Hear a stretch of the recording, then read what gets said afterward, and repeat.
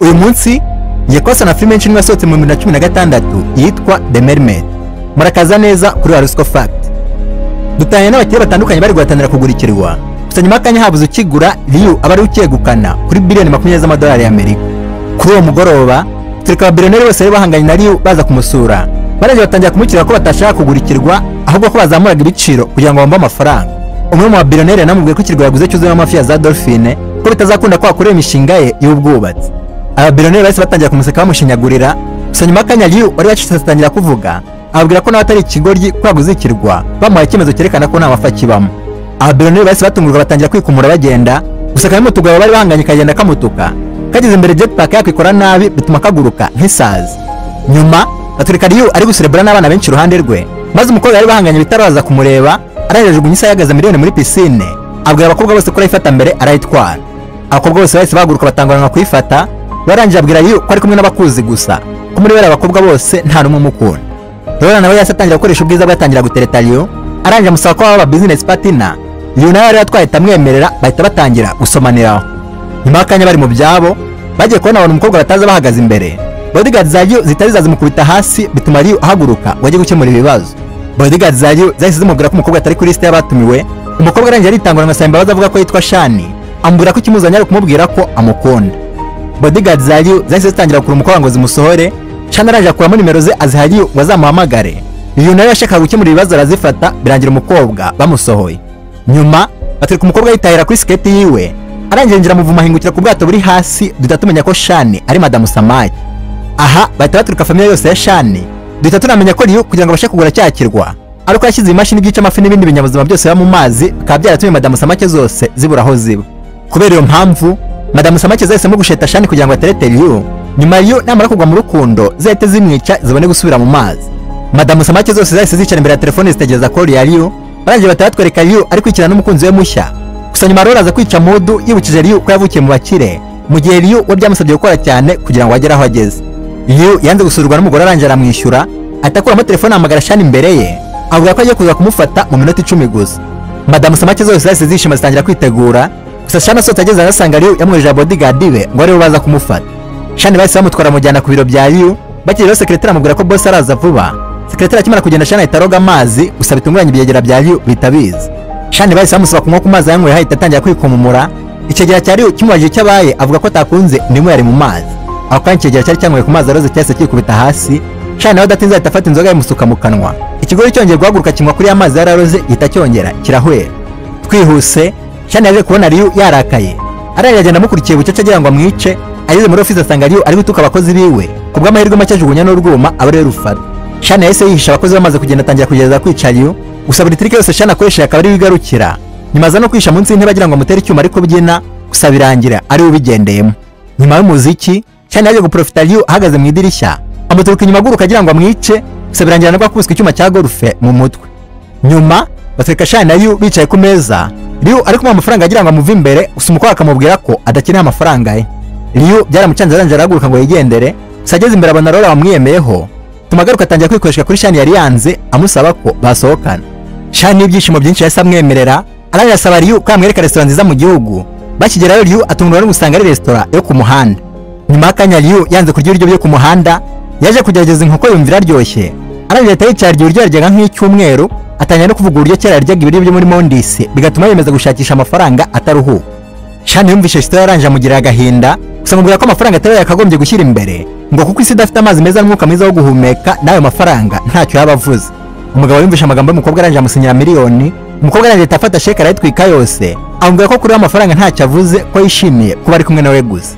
Shani yahise atangira kumuririmbira. Liu atungurwa no gusanga bakunda indirimbo imwe. Aho kanya bose bahita bafatanya batangira kuririmba. Birangira umukobwa twakoresheje ijwi rya Madame Samaki ahita amenagura ibirahure byose. Nyuma yo kuririmba bose baje kujya kubyicundago barangije batabana seka inzira yose. Nyuma kanya Shani yakira telefone imubaza aho ari abwira famille yose ko ari hanze. Famille y'umukobwa yahise itangira kwitegura gushimuta umugabo. Liu arangije afata ukuboko Shani aramuherekeza. Shani yari yatangiye gukunda ageze ku muryango abuza Liu kwinjira aba amukijije aryo. Cha Octopus cyese kirakara kubera ko Liu agicitse. Muri ako kanya Shani ahita yakira call ya Liu amusaba ko akongera gusohokana. Shani yari wakunze ahita yemera maze famille yose itangira guserebura urupfu rwa Liu. Ku munsi kurikira batwereka Liu yicaranye na Shani maze Cha Octopus kiza nk'igitetsi gikuyemo ibyuma ngo gitereye Liu aba bodyguard bahita basohoka. ikigabo cyose kijisha kibabwira ko ari Octopus cyafasheho guteka, maze ako kanya ahita yinjira n'abandi batetsi batangira kumukatagura bamukubita bagira ngo ni urunyamaswa rukomeye bafashe. Ikigabo cyaragiye gipfiraho maze gitangira kubyina, nyuma y'akanya muri bwo bukenze kiba kiraba ibintu by'umukara kiracika, maze Shani asigara kidefanda avuga ko ari umumagisi. Nyuma batwereka Ryu akuramo metaga proposa Shani. Shani nawe aruzi imisare we biramubabaza, akuramo icyuma cyereka Ryu amubwira ko agenzwa no kumwica gusa. Ryu yagize ngo Shani ari kumukinisha arangiye atangira kumusomagura, gusa bidatinze nyiramama wacu nawe ahita yinjira. Shani n'isoni nyinshi amubonye ahita yisohokera abasiga bari gutongana. Muri iryo joro batwereka cya Octopus cyabaye kubera ko cyaferinze, kirangiye gitangira no gushinja Shani ko ari mu rukundo, gusa Shani arabihakana. Ako kanya bagiye kumva umuntu akomanze ku rugi, Shani asohotse ngo ari we wari watungwa no gusanga ari Ryu ugarutse gusaba imbabazi. Ryu yahise amureba arebye n'inzu zose asanga yuzuyemo za Madamu Samake, agerageje kwiruka zihita zimusinziriza. Yongeye gukanguka yisanga hagati ya za Madamu Samake na cya Octopus kiri kumwereka ibyo yakoreye famiye yacyo. Ako kanya cya Octopus cyahise gitanga igitego ko bagomba kumwica, gusa Ryu ababwira ko nibamwica ntacyo baba bungutse, ahubwo abasaba ko bamureka kugira ngo bajye gukura ibyuma mu mazi kugira ngo nabo babone uburyo bayasubiramo. Octopus yari mufite inzika yahise itangira kumunega, nyuma y'akanya Shani ahita azaramukiza, ahita amutegeka guhunga bituma famiye yose igwa mu kantu.